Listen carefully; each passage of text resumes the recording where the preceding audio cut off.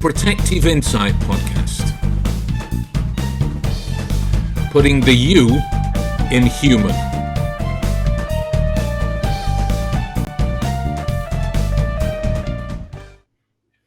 And welcome back to another episode, ladies and gentlemen. Thank you very much for tuning in. Thank you very much for stopping by. If it looks a little bit different today, that's because, well, me and Jim, we're workers. We're workers. It can't always be a conventional time of the day when we can get to sit down and have a chat with you guys. So it's close to 0 dark 30 my time. Now at the minute, and it's the end of a very busy day for Jim, but we're here, we're ready to chat, and we're ready to talk about everything that's happened so far, right?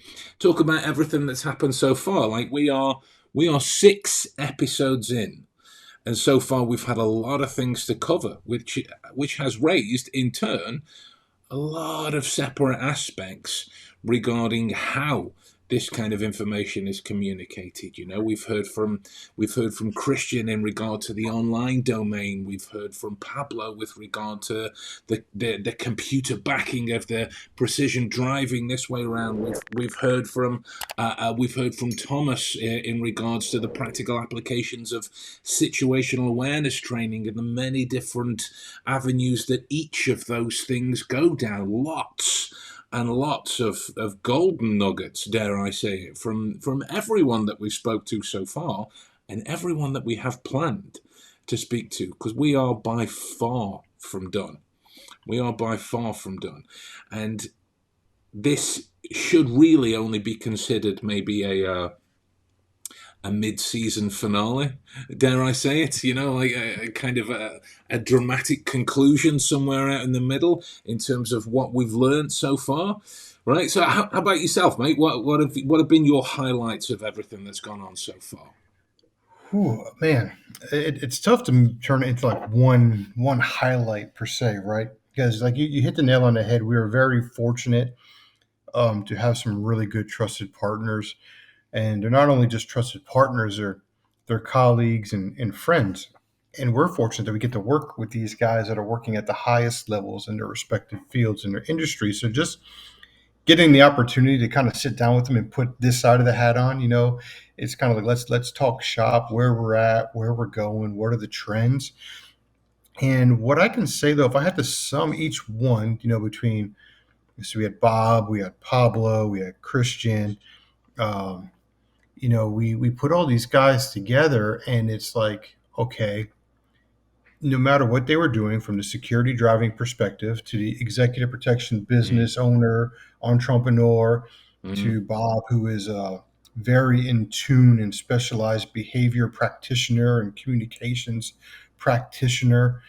Um, Everything revolves around human, right? And Tom, with the situational where like everything comes down to the level of self understanding and self mastery, Oh, right? yes. And it's like if you don't have those key parts, then Pablo's telling you, hey, you're not going to have the right mindset when you try to become a security driver when it comes to assessing obstacles and Yeah. threats in the vehicle, And then you go to Bob, and it's like if you haven't done that internal work again, you're not going to be able to understand empathy and being authentic and understanding your biases in order to effectively communicate, and Christian, with the diversity of the teams, it's not Yeah. just gender and ethnicity and cultures. What do No. they look like? What do they sound like? And if you're someone that has these particular biases and haven't done the internal work, then you're going to be very closed-minded and closed off, and that's why you see some of these teams where you have big, muscular, blocky guys and things that stand out, but you're supposed to be a covert EP team, right? You're supposed to blend in, but yet we don't. So it's like all these things start with us, and I'm a believer in what I've always taught, and Tom hits on it. In order to be situationally aware, you first got to be self-aware. And if Yeah. we're not self-aware with anything, and understand that, you will never be situationally aware, because you got to get our thing. In order for us to actively process and allow our mind to go and validate, dismiss, and clarify the many things we need to do, we have to be able to have an understanding of what are our triggers, what makes us work, what makes us tick, and what do we need to pass aside that's irrelevant, right? And that's not just the environment, but that's within ourselves. Okay, this is ticking up. I need to kind of get that under control. And then I would add, like, my last thing, and I'll throw it back to you, is what we tell and teach people here is never respond emotionally, Yeah. respond professionally, Yeah. right? Because whenever we respond emotionally with anything, that's again not having that internal work done. You allow yourself to get triggered and you Hmm. start to respond emotionally. No good decisions ever happen. Bad things happen. You're going to miss things in the environment if you're out there doing something situation where we're going to miss key points in a Hmm. conversation. So the key is, keep those emotions in In check check. and, Yeah. and, and understand how we work, and just, man, everything human feeds into everything. I mean, that's Yeah. like, I think at least, like, some of it is like, it's our level of awareness and comprehension where we're at, and our mindset is involved in everything. Has to be. It has to be, right? It has to be for us to be able to do whatever is needed as per the requirements of the situations that we find ourselves in, whether that be work or some kind of social thing. The skills have a transferable quality right the way across the board. And there's so many things that we could call back to, and in terms of the knowing of yourself first of all, in order to then facilitate that kind of response for other people. It goes back as far as my understanding of it is, as far back as the Stoics of ancient Greece, in terms of their teachings that you can't really be expected to be there in some capacity for somebody else if you've not taken care of yourself in that particular vein. There's Yep. been many different ways that I've come across an emotional reaction or two. I was talking to a friend about this not so long ago, and they were speaking about situations in which they find themselves uncomfortable about the kind of information that somebody is talking to them about. Those types of moments where someone might share too much and she didn't really know what to do in that scenario. She said, how do you tackle it? It's like, I don't do it. She said, what do you mean? I don't do uncomfortable. It took a second to, kind of collect her mind up off the floor. She said, what do you mean you don't do? It's not a choice. I was like, of course it's a choice. It is a choice in that Mhm. scenario, because the discomfort in that particular setting is only existing because nobody is willing to open their mouths Mhm. and have an effective conversation and achieve that kind of mutual authentic Correct. understanding that you need coaching and education to be able to do. Not everyone is capable of doing it because they can't get out of their own way to be able to do that kind of thing, right? I mean, that's it. I mean, you hit the nail on the head. It's because we said it before, right? It's not about us, it's about Mm, them. mm, So then we have to understand that if someone, maybe to our perspective, be sharing too much, well, that's a bias, right? Because we're looking at it from our perspective of who we are. That might be too mm, much for us. However, if we look at it, what takes us, you and I, Ben, to share more? There's a level of trust. There's yeah, a level of comfortability, right? So we need to look at the perspective of, okay, are they sharing too much from my perspective? Sure. However, this means something to this person. They really need to get it off their chest. And the fact that they're getting off and unloading it to me, okay, there's a level of comfort and trust there. So then we need to be actively listening and understanding what are the words they're using? What's the tonality? What is the topic? Because there's going to be an underlying issue that they're probably seeking help for. So don't look at that as being uncomfortable. Look at it and listen for what's the problem they're looking for a solution. Do I have a solution that I can offer? exactly. You know, and that's the biggest thing is people always listen with the intent to reply, right? Not to Yeah, understand. And that's when you let those biases in. And like, oh my God, what do you do? And it's like, okay, I hear them out. And I look at that too, because not just from a personal level, but just from like an interviewer or anything like that. I don't want to be doing the talking anyway. And if I got someone spilling that kind of information, that much information, guess what? They're the ones that have the information. And at the end of that, right? If you really look at the equation in that, yeah, if all of a sudden you start spilling the beans on all this stuff, and I'm going, man, that's a lot of information. Well, here's the thing. I now have all the information, right? Because Ben's now given it all to me. but Ben doesn't have any because I haven't said anything. Mm. So who's in a position of maybe influence or redirecting the conversation now? Because now that I have all this information, I can now use that to steer, and maybe we get off that topic and we don't come back to it. Or maybe there, depending on the role that we're in and actively in, we utilize that to provide solutions. It sounds like this. It seems like this.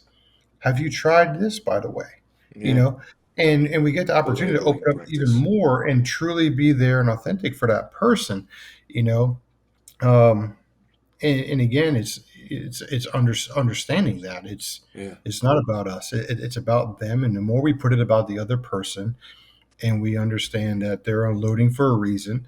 Maybe they've Mm. had a bad day. We've all had it with a significant other or whatnot. They come in and they've just had a crappy day, and Yeah. we're the first ones when they walk in the door, and we're like, "Hey, hon, nice to Yeah. see you." And we just get boom, and grenades are thrown into the kitchen and the living room, and we're taking cover. But if we respond emotionally to that, Yeah. then it's like it turns into a problem that never should have existed in terms of Yeah. understanding. Okay, it's not about me. Yeah. It's about them right now. Apparently, some things have happened because it's not going to be one thing that's triggered that bad day for them to decompress. And it's just give them their space, Mm. depending on how they deal with it. Or if it's someone to come in, hey, once you get settled in, would you like a cup of tea or water or anything I do? Mm. Once you're ready to talk, I'm here to listen. And we give them that time, and it's like we don't jump in or like unplug and just go, okay, just take it because it's not us, and just know just to let it go. Listen for those key things to come back Yeah. to, because then that's where you go back into You understanding when it create comes to, change. yeah, because then you can start utilizing, I hate to really use the term tactical, but it is tactical communication, because I'm Yeah. utilizing hearing key words and phrases and verbs that have been used that have triggered this person emotionally, that I'm going to use to validate, dismiss, or clarify.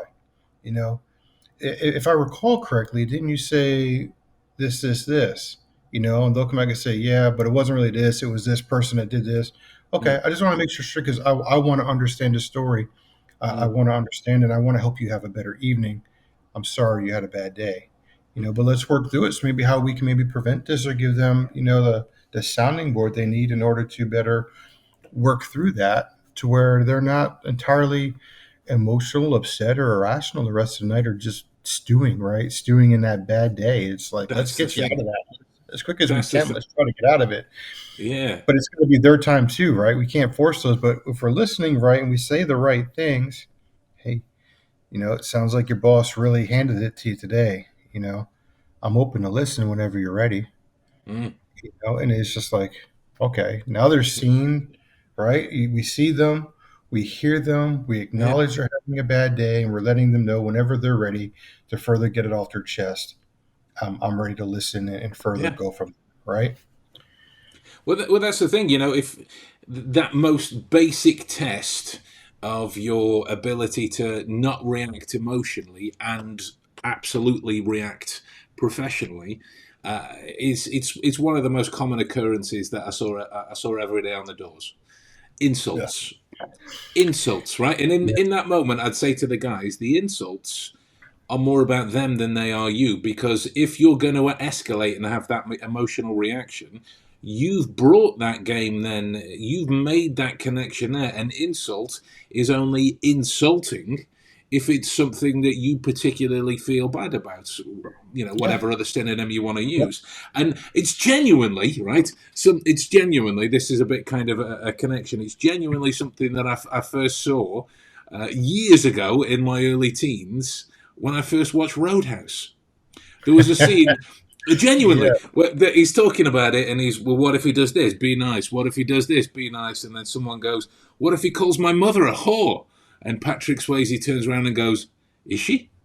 Hmm. And that was like, Yep. in that particular moment, it highlights that kind of emotional connection. I don't have to Yep. take it. I'm not a whore. I'm not half of the stuff I'm called as part of the Yep. work. So you can run your mouth all day. Doesn't Yep. matter. It Yep. doesn't matter. No, and the thing is, it doesn't, and it's funny you say that, because we actually had an incident a couple months ago dealing with some folks, and that happened to one of the younger guys that we were kind of working with, and we're like, the first thing we asked was, "Well, is she?" Well, no. I'm like, okay, then, because like What- that's what I tell someone, when I'm training at the police academy, right, and law enforcement recruits, and it's like all this, and I was like, look, if I had a nickel for every time my mother was called the name, my sister was called the name, I was called the name, anyone in my family, I could have retired long, long time ago and be living on a yacht. It's just a common thing, Yeah. and you have to understand given the role, right? So typically those things are going to happen when something negative or adverse has happened to that person, right? If it's happening Mm. to you working at the door, Ben, it's because the guys inside are tossing somebody outside, right? And you're at the door telling them, sorry, mate, you can't come back in, right? Exactly. For law enforcement, we're never getting called to come have dinner Yeah. with you and take the kids to the park. It's always because somebody's having a really bad day. There's high Yeah. levels of stress, high levels going on. So when we're going to, and usually if it comes down to it, we're going to have to take somebody's freedoms away by handcuffing them, putting them in a police car, taking them to jail. Mm. So yeah, are they going to be pleased with us? Are they going to be happy to be like saying, "Thank you, sir. When I get out, I'd like to take you to Waffle House for breakfast." If It's only, more right? If along the only. lines of, the whole ride you're there, you hear all these different things. And honestly, over time, I just try not to laugh because some things people come up with, they're genius. I'm like, They man, are pretty I good. look at them, I'm like, that was a good one. Save that We'll one. write Like that that, one down. that was really good. But that's just it, right? You have to have that layer of thick skin Mm. and know that when those things are happening, it generally, and if people could just grasp that concept that it isn't about you. And I think that's the biggest thing people don't get right. It just doesn't connect Yeah. because, like you said, for an insult or anything like that to happen, for Yeah. you to respond in that knee jerk reaction, or most reaction is you have to connect to that and accept that Yeah. as truth. Yeah. But if it's not the truth, why are we even giving it, right? It's Exactly. the validate, dismiss, clarify part. That's an instant dismiss, Yeah. right? That's like, okay, now we're not even dealing with that right now, Joey. You know, no, Doesn't this is where matter. we're at. You know, or sometimes with some of the guys, if I wanted like entertain myself, I'd be like, well, it seems like you have this thing for my mom, and since you saw her last night, how's she doing? By the way, I haven't talked to her in a couple years. You know, and it's and you would just get like this look, and it's Yeah. just like when they Banter. find that they can't get Yeah. through to you, and you kind of in a way joke back, it just ends it because they realize, okay, well that's not working because they're trying to get a rise out of you. They're trying Exactly. to make you respond emotionally, and if you Exactly. respond emotionally, you're going to step outside your role. And if it's a working the door as a security guard or a bouncer or a police officer, they're utilizing that to get you to where if they get you emotionally and trigger you, more likely than not, you're going to use some type of excessive force, Yeah. right? You're Bones going to come put your out. hands on them in the wrong way, in the wrong manner. You're probably going to punch them or do something that it violate. And guess what? It went from being a lawful arrest or a lawful, kicking a patron out of the bar to civil lawsuits, criminal lawsuit. Yeah. People are getting, sued or arrested. Organizations are getting sued or arrested. You now just increased organizational liability, your personal liability, and in turn, you probably are ending your career one way or the other because they now are going to label you a loose cannon, right? Yeah. And hey, this guy at the door, don't put him there because he can't handle this. When the elevation of the tension and stress goes up, and people there, this guy does not perform well with it. Mm. And the only way you can work through those performance issues or get them because people are either going to have it or they don't. And that's Yeah. another self realization point, right? You put Yeah. yourself to the fire and go, at some point, you got to look at it and go, you know what? I thought I was going to like this career. However, I don't have the skill set for this. And unfortunately, Yeah. I'm Just not emotionally, hold it up. physically prepared for this because I'm going to keep responding emotionally. I can't help it. I'm not mature enough yet for that.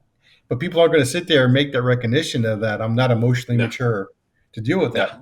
So they're going to wind up getting themselves fired rather than going, you know Mm. what, I'm not ready yet. Maybe I'll try this again in a couple of years, or I just divert to another path.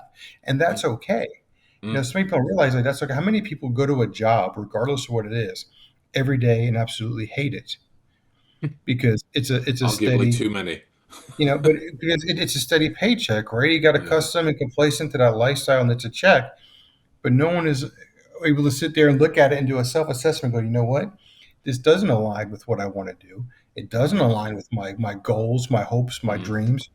So what do? You just tank everything, and then you just become that miserable employee, that a miserable, a person when you go home to your relationships fall apart just because you're not going to see, people Yeah. don't bet on themselves enough, right? No.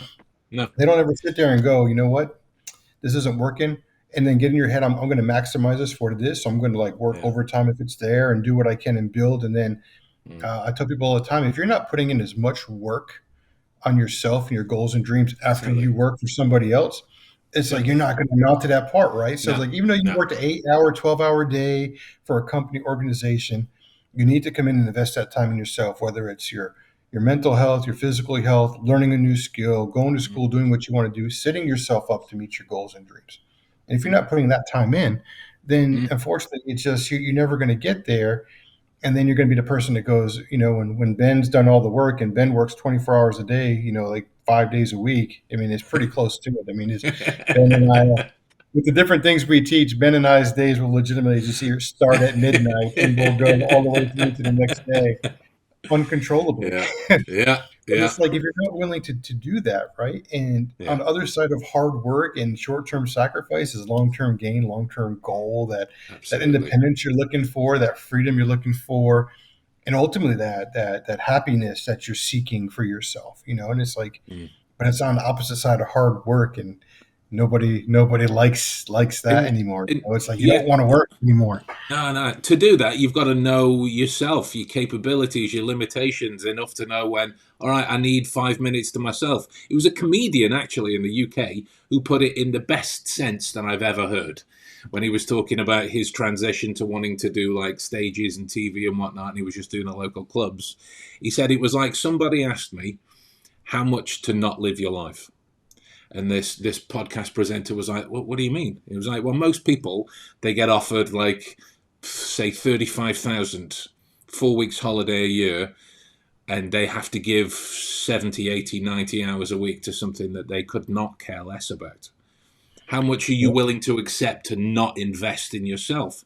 It's one of the Hmm. mindset things that came out of the discussion with Pablo in terms of that 95% fallacy. Why are you investing in yourself for all of these kind of Wild West shooting kind of Yep. events, the power slide this, and you're forgetting about your paperwork, you're forgetting about your interactions, you're forgetting about how to have a conversation, how to actually look around a scenario to better read it and effectively interact with whoever it is that you're there with in that scenario. What is that about that mindset shift? Knowing yourself, you're going to be better equipped to understand, not always easier, I grant you, Yep. but you're going to be better equipped to understand, okay, am I better channeling my time over here towards this, towards these things that I have to do day in, day out, or do I want to go and pretend to be John Wick for a day?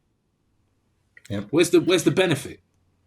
That's just it. And it's like your habits. Your habits is what's going to make or break you, and your consistency. So you got Yeah, to create those good habits. I mean, it's a terrible thing, but you see it all the time. Like you said with Pablo, everyone focuses on these particular areas, and it's kind of like when people take the what if game to the extreme when we get into situational awareness, right?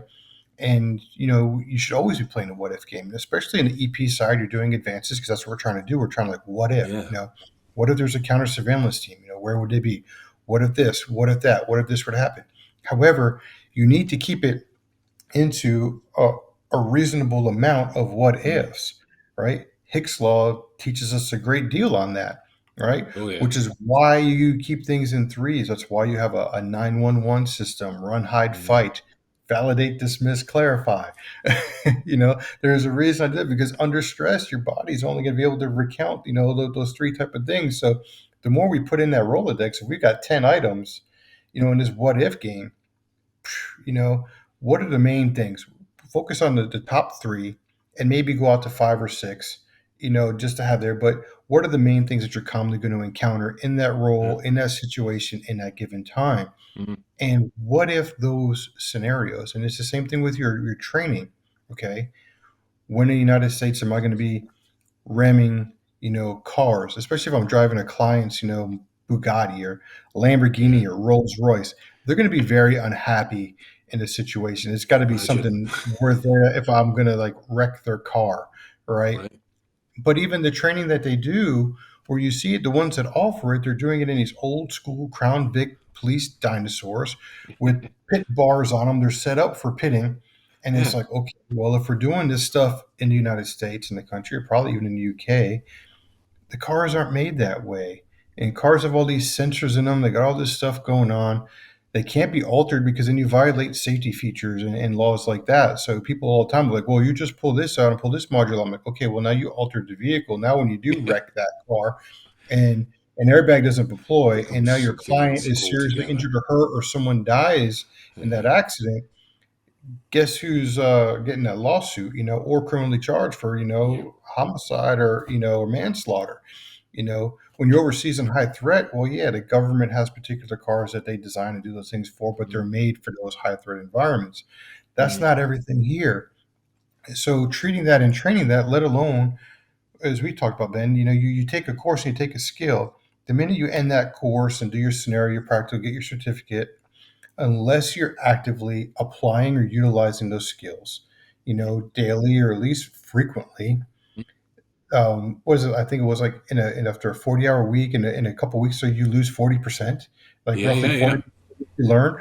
So okay, if we lose 40% what we learn within like the first month, and then we go within 6 months, we would have lost everything if we haven't trained. So again, was it worth spending thousands of dollars on this training when you're not going to use, and the fact that you're not using it, it's going to be gone in a couple months anyway. Yeah. Why don't we take it and put it into and invest into something we're going to do every day? Why aren't we investing it into Absolutely. our communication? Why aren't we investing into how we can become a better human or understand that mindset or incorporate our communication skills and things into some of the other things we will do in our particular field? Mm. I look at surveillance, people that are surveillance trained. Well, you know what? Surveillance training is not just for like advances in EP and cops on a stakeout. It's you as the mom and the dad that leaves the Mm. house to take the kids out, right? We should be doing some mode or level of surveillance. You should know what's going on in your neighborhood. You should be able to pick out those cars that Yeah. don't belong, the people that aren't right. We're constantly on that. This day and age of human trafficking and kidnapping and everything else, if you're a parent and you have kids, you're going about and you're not doing some level of surveillance or counter surveillance, hey, if I'm going to this public place, namely a mall where these kind of things typically can happen, abductions can happen, you know, what would I be looking for? Do some research on the internet. What are some of Yeah. the characteristics and traits? How do they set it up? I mean, we had in Virginia uh, a few years back when our daughter was going to like Walmart and stuff, and she thought she was approached by people that were talking about this particular church group or organization, and it just Right. didn't seem right. And it got back to me and my other half, and started looking at it. And it was like this church was affiliated and known to do things when it comes to trafficking. So Bloody it was hell. like, okay, things had to go start like looking into it. Kids would go to this stuff, and it was like a cultish type church, but Yeah. they would go to Walmart, public places, and address and go after young girls, teenagers that were there on their own or separated from their parents, Bloody and talk to them hell. and try to get them to come to this church and get them to come to this church. And that's where they would start planting those seeds, right? Because church is one of those places where we get into where people accept certain levels of authority, right? Or Yeah. trusting. Most generally, we like to think people that belong to a church, pastors and things like that, are trustworthy people that are going to take care of people in the right way. However, that's a wolf in sheep's clothing, And how? right? So, and then they use these things to embed in certain, there's tons of Yeah. information out there. There's tons of stuff that you can find in this, and Yeah. ton of great programs. But it's like, if you're not out there doing those things, conducting your own surveillance and looking for your own counter surveillance, hey, where would people be watching? I think it was my other half. We went to Washington a couple of years ago when our daughter was out there for training, and they Right. went into a store together. And my wife, she is very in tune, very aware, similar background, law enforcement, military, uh, ton of knowledge. And I love to like get her speaking on things because just from a Yeah. woman's perspective is Yeah. like entirely different, right? So she notices when her and our daughter go into the store that there was like this guy in a hoodie that just kept eyeballing our daughter, and just gave her like the antenna went up, the mama vibe went Uh, up and watched uh, him. And she yeah. was in another aisle and she came back and looked, and then noticed that Christina had to run out to the car real quick because she forgot something. Right. Well, when Christina left, my wife had stayed inside and watched, and this guy came out and followed out and stayed, behind Christina, following her out to the car. And Debbie went into the vestibule of the store and was watching. And then, luckily, nothing had happened. But when Yeah. she came back, she was like, "You're not going to believe this, but some guy approached me in the parking lot." And my wife was like, "Was it this guy in this hoodie, this, and this?" And she was like, Yeah. "Yeah, how did you know?" She's like, "He's been eyeballing you since we came in the store." So it was like a teachable moment, because Yeah. we do a lot of things really, really well, and our daughter's really into a lot of stuff. She picks up on things really, really good. But it was one of Yeah. those kind of drops in that, and it was like that was a quick reminder of when we're out in public doing things, especially being a female moving around, we Mm. need to kind of head on a swivel and kind of watching, because that could have been an event, by our own and on around, could have been something that could have Yeah. triggered, went the wrong way, right? Right. So it's like these things are out there. You have to be in tune.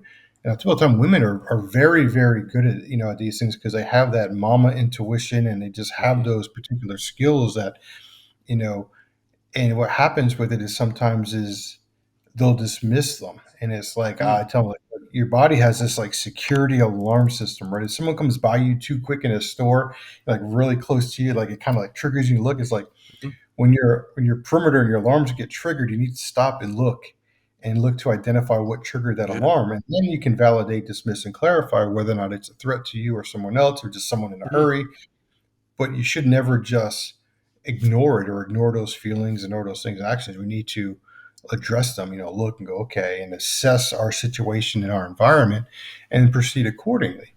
And there's just so much that we can unpack in those topics. But again, it still goes back to our point that we're hitting on, that everyone touched on, is our level of self-awareness. Yeah. And Yeah. that's going to divert us to the other aspects that we hope people are enjoying or getting. I will personally apologize. We haven't got to knock out some more of our professional skill set with our polar yet. We are getting there. The recordings are coming. Just be patient. Um, but we're trying to give you those skills, because that's another key Yeah. part there. And you understand yourself. I mean, that the polar model is great, and check out the knowledge seekers. We did a really in-depth review that probably got way in depth on multiple different topics on top of a book review, because Ben and I really have a, maybe not Ben, but I have a hard time keeping to a particular script, especially things I'm passionate about, because I'm one of those Yeah. like, okay, I can be on point, but there's just so much information that So many I want. thoughts. I just Not. want, yeah, I I just just want to want to give share when it. I pop in. Just want to get them out, and it just seems it's like a disorganized, organized mess. Because I've been always one of those people that when I teach people, I tell people, look, Yeah. be selfish in your learning. Be selfish in like gaining information, gaining knowledge, but be selfless in your application. When Absolutely. people want to learn, I'm like, share it. There's no Mm. need for me to hold on to all this information close to my chest. One day I'm not going to be Can't here do to be anything gone. with it. And what is all that knowledge and information Yeah. experience worth if you're not sharing it, right? And that's generally, if we're here to help people. People are curious. If you're curious about something that we can do and help you with, and then that's what we're going to be here for. We want to share that. So if I can give you whatever I can, I'm like, cool. And that's what it comes down to. Like, Ben and I are on a time limit. We're trying to talk and get this, and I'm like, hold on, let's give him one more thing. It's like, I can't help it. It's like I kind of feel like Oprah when she started doing those giveaways. Everyone gets a book, and this one gets a chair. You get a car. I'm not giving away any cars. I'm I'm sorry, like, but yeah, yeah, Jim, you got this. I'll be back in a bit. That's right, right.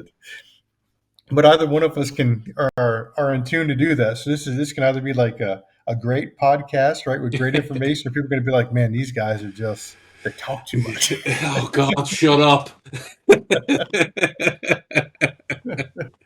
But you're absolutely right, and that's one of the things that we hoped from the start would carry over. It's not like we are getting on our soapbox about certain things. We just want to talk about the stuff that we're passionate about and try and encourage some further question. Like that's one of the things that actually came out of development of the polar module, looking at the kind of road less traveled with that which you train to protect yourselves and those in your care in that scenario. When you say to somebody, you need to practice how you think. and problem solve. They go, "Well, I think, and I solve problems all the time." Yeah, but could you do it better?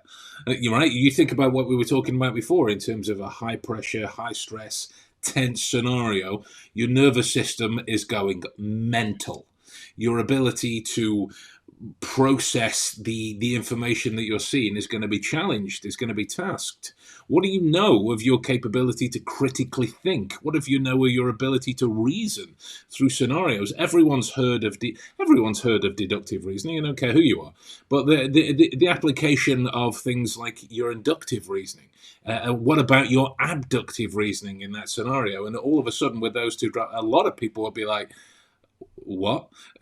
I didn't even know that was kind of a thing. You But show that's kind of someone, it's kind yeah, of it though, right? Because it's yeah, yeah, things that yeah, typically we naturally do, yeah, but there's terms for it. yeah, And I think it's like for me, like when I first started doing it, because when you say it and you first were saying, and you're like dropping those, and it blew my mind because I'm like, and then once I know what they were, I'm like, okay, I know what that is. I've been doing that. I just didn't know yeah. it was called that particular type of reasoning. I just think I've been reasoning, right? Well, that's the thing. You become aware of it. You can sharpen it better after that. Yeah, You hundred become percent. self aware. You can shift it. You can change it. You can improve. You Yep. can what's the metaphor? You sharpen your axe. You sharpen Yes. your axe over and over and over again. I mean, it comes on to something that we're looking at the minute. That seems to have put a. I'll use the classically English phrase of put a bee in the bonnet of a number of people within the industry, and that's the terminology argument over hard and soft skills. Right there seems to be a not a desperate search, but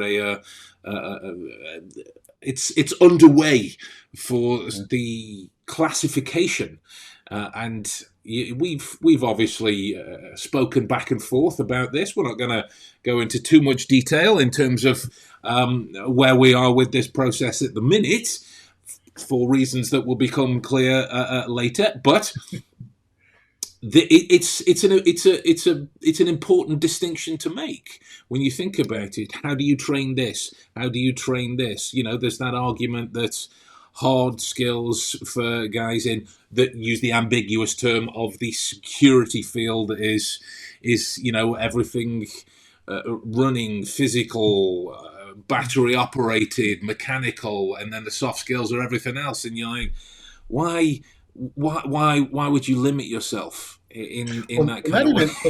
not even limit yourself, right?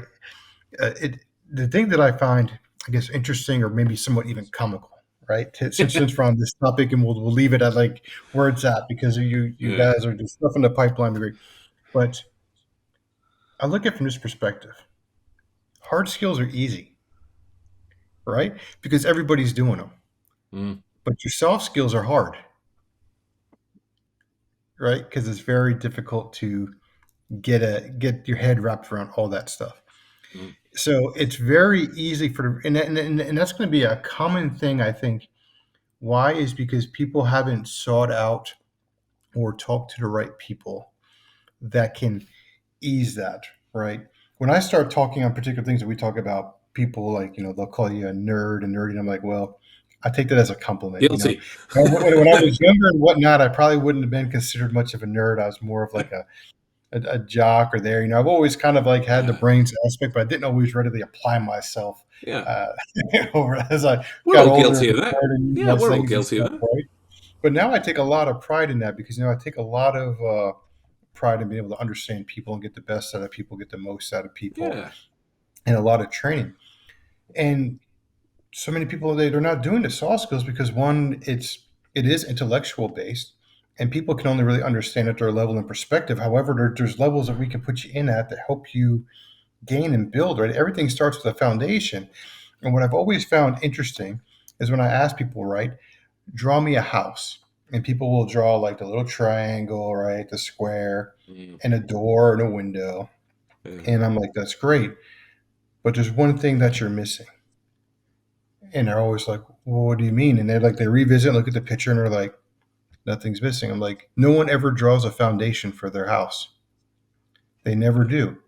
No. And the key with this, with anything, even with your hard skills, there are foundational aspects that need to be taught, learned, and understood. and you understand those fundamentals. I tell people all the time is getting brilliant at the basics, and Mm, you start at the basic level and you can build on it. It's very easy for me to take you, and it starts with your mindset again and your mm, attitude. If you have a mm, positive attitude and you're open to learning, I can teach you a skill. I can teach you to drive. I can teach you to shoot. Sadly, not to piss off people, I can teach a monkey to do that, right? I can teach them this thing. However, when it comes to mm, the communication side, it takes more time and a little bit more effort. So, what are you willing to dedicate your time to? mm, And it's like, okay, well, there's certain things that we do all the time. And it's the same thing when it comes to law enforcement. They don't spend enough time on a hard skill to shit either, or much anything. You learn the laws, and there's no one teaching communication. They give you very little, very minimal stuff. You get this course called verbal judo, which some people will say it's a phenomenal course and give it kudos and everything else. However, I'm one of those that challenge it, and I just say I don't particularly care for it. That's my mm, prerogative. I don't like it. I don't think it works. mm, There's better ways and better methodologies and easier ways to do it to be more effective mm, than what they propose in that book. Um, but I challenge, go read it. If it works for you, it works. If not, then no. There's always options, but seek out the right options in the right way. But if soft skills were easy, everybody would be teaching it and it'd be out there and around, and it wouldn't be this whole thing of, well, how do we define it? What do we do? What does it include? What does it exclude? And it's like, to go back, like I love when Christian says it all the time. He's like, what's a hard skill for an accountant? He's just yeah. like, math. And it's true. Math. If we're going to relate it to like a soft skill, hard skill, then okay, then it should be able to apply to anything we have in life. Yeah. Okay, well, what's a hard skill for being a dad? Oh, You patience. know? But you know what I mean? Well, maybe driving, right? If you got to take the kids to school, Maybe. you got to take your kids to school every day, right? If you got those kind of dad duties. But really, what is this one thing that we're doing all the time with our kids, right? We're communicating. Mm, And even if we go back to the various levels, right? We can remember back to when our kids were little and like yeah. nonverbal. How do they get things pointed across? They pointed. They They do this and they communicated. point. And then people get mad at me when I teach them firearms because I teach them. It's like how you're teaching an infant. You point the firearm. You know, when you point your finger, that's where it goes the That's muzzle. where it goes that It's way. really not that difficult. And then understanding some of the fundamentals, but really at certain distances, it's more or less from like your 3 to 7 yards. I literally just have to point like I'm pointing at the jar of cookies, and I can hit a target. Like there's nothing super crazy about it. Just understand the fundamental. Oh, well, when your kids are they point.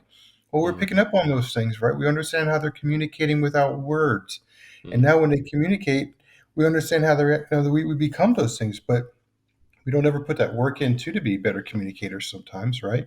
And then when they hit those teen years, if we haven't done any of that work to understand and communicate, those are the formidable years where we're forging and molding them, to become a young, functioning adult that's going to do great in society.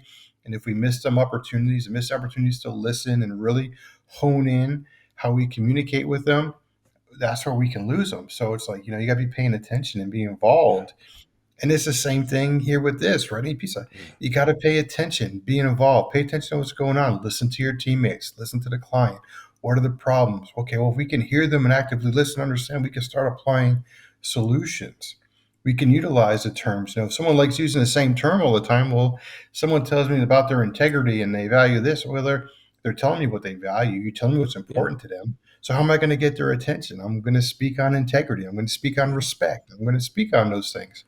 Yeah. And I'm You gonna need to get them to pin lock those in, back. right? Because they're gonna think, 'cause now I got something to say. Go be like, Yeah. "Don't you hate it when, blah, blah, blah, blah, with integrity?" And they're like, "Yeah, man," And, it's like, but there's so many nuances to it, and that's something where, like, we're gonna be out there. It's like, we can get you those foundational skills. We can help you build that, and then in turn, you get working with us, and you get the opportunity to do some stuff with us and Bob when it comes to the pro comms and the rapport building and things like that. It further enhances a better way for you to do your advanced work, any other work that you Mhm. go communicate with the client's family. If you're a business owner, securing those clients, being able to get those contracts in a business, meaning, there's so many different Yeah. levels and facets to this to understand how it works. But that's what we use every day. How do you be an effective leader? How do you communicate down the chain? Those are huge impacts of whether or not your team is going to take care of you. Massively. And it's like, there's so many things that have gone by it. I learned it was like two key points back when I was in the Marine Corps that they taught us when it came to leadership, and it was like number one was troop welfare, and number two was mission accomplishment. And they always told us, look, if you take care of your people, you take care of the troops, Yeah, you never worry about the mission because they're never going to let you fail. The mission is going to take care of itself. However, if you focus primarily just on the mission and you forget the troops, mm, well, your troops can then, make sure that you fail, right? They can walk yeah, away, not do the job, feel they're underappreciated. So it's like you got to really look at between those two things. Where's your focus? What are you doing? exactly. What are you doing to make them be to recognize that they're seen, they're heard, they're acknowledged? What are their needs Yeah, and their motivators? And man, we get accept to that and really get in tune with it. And again, it's being self-aware because what are you seeing? What are you hearing? What are you observing? Okay, I need to adjust track. And then I'll make one more point, and then I'm going to get it back to you when you got talking about the whole mindset, doing things, going stuff. Is it goes back to people either love them or hate them, but yeah, David Goggins, right? The David yeah, Goggins mindset. Who's going to get the boats? Who's going to get the logs? And he's like, no one. You don't know me. And it's just the way that he goes up, but he just has that switch in his yeah. head, right? It's like what I correlate a lot of his stuff to with stuff we do in a more civilized, nice manner, not Of like yelling at course. you, calling you an MFer and stuff, right? Is you need to recognize the glass ceiling that you put on yourself. And when you're sitting in those jobs and you're unhappy, that's what you did, right? You put that limiter on the car, you put the glass ceiling, and you've now took away any opportunities for you to show your true potential. Yeah, And once you recognize, hey, there's so much more that I can do, there's so much more I can offer to this world, well, then boom, you're out here having a podcast like me and Ben because it's like we just bust through those ceilings limit because like there's no limitation. And this is like if we wind up having 1 million followers or 30 followers, we're still going to feel good at the end of the day because you know yeah, what? We're sharing and giving what we have and those that are yeah, meant to hear us and hear the message and do good and go out there and do their part. I mean, that's great. If not, then it's like, okay, well, I'm okay with it. But yeah. I know I did my part with sharing and genuinely caring about folks to just kind of give you everything that we have. I mean, absolutely. I literally couldn't have said it better myself. So yeah, thank you for all the support so far, guys, and thank you for all the support that you'll hopefully continue to send. The more episodes that we bring to you, we've got a lot of stuff to say, particularly about the hard and soft skills. Even some of the stuff that exists underneath it before any of that, there is some the foundational stuff that we can get into, but that's for a rainy day. That's for not quite just yet. Um, but yeah, so we are 6 episodes in, only 6,606 more to go. I think is Hey, the maybe more than that. I mean, we have some great folks we do. lined up in different industries and stuff that I can't wait. Um, It's going to be a some lot that of fun. probably unexpected, for us to have on our podcast. But hey, it's I certainly people didn't reach out expect to a us. lot from the people. I'm excited to have people reach out. So I'm like, hey, if they're reaching out, eventually we'll get an audience because we've got some people that I know people definitely want to listen to. If it's not us, Absolutely. it's them. Oh, we can bring them to the room and just go, please carry Yep, on. there you go. Ben and I will sit here having a cup of tea and listen and be Absolutely. just as amazed as everybody else. 100%. So, guys, thank you again. Yeah, it may seem like that trite, cliched moment of podcasts where we ask for the subscriptions and the likes and the comments and all of that thing, but they really help. They really help this episode and more like it to be brought to you if it is that you take something away from it. We can only hope that you do. We'd be interested to know down below in that little old comment section down there. What's been your favourite part so far in terms of the Yeah. the golden nuggets that have been shared with you? Who it's from? Maybe we'll get them back even sooner for a part two. Who knows? So yeah, with that in mind, guys, we'll love you and leave you, and we'll talk to you very soon. Take care.